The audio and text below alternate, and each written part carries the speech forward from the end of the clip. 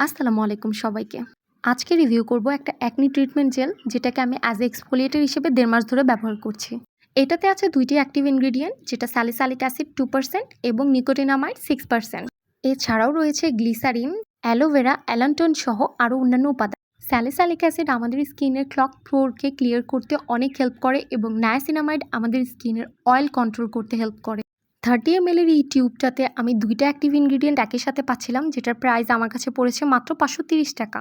১.৫ মাস ধরে আমি এই জেলটা সপ্তাহে ২ বার ব্যবহার করছি। আর আমি কি রেজাল্ট পেয়েছি সেটা কিছুক্ষণের মধ্যেই আপনাদের সাথে আমি শেয়ার করব। তো এটার টেক্সচার নিয়ে যদি এখন আমি বলি, এটার হচ্ছে একদম ক্লিয়ার জেল টাইপের টেক্সচার। আর এটা খুব সুন্দর স্কিনে ইজিলি অ্যাবজর্ব হয়ে যায়, বেশি সময়ও লাগে না।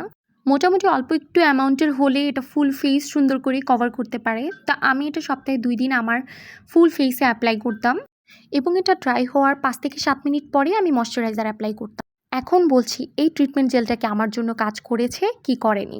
আসলে সত্যি কথা বললে এই ট্রিটমেন্ট জেলটা আমার জন্য একদমই কাজ করেনি। না এটা আমার এক্সফোলিয়েটর হিসেবে কাজ করেছে, না এটা আমার অ্যাকনিতে কোনো কাজ করেছে। প্রোডাক্ট খারাপ তা আমি একদমই বলছি না, বাট আমার জন্য আমার স্কিনে কাজ করেনি। যারা বাজেটের মধ্যে ২ টা অ্যাক্টিভ ইনগ্রিডিয়েন্ট চাচ্ছেন তারা এটা ট্রাই করতে পারেন, কারণ আমার জন্য যেটা কাজ করেনি এমনও হতে পারে সেটা আপনার জন্য বেস্ট কাজ করেছে। আর ভিডিওটি ভালো লেগে থাকলে অবশ্যই শেয়ার করে দিবেন।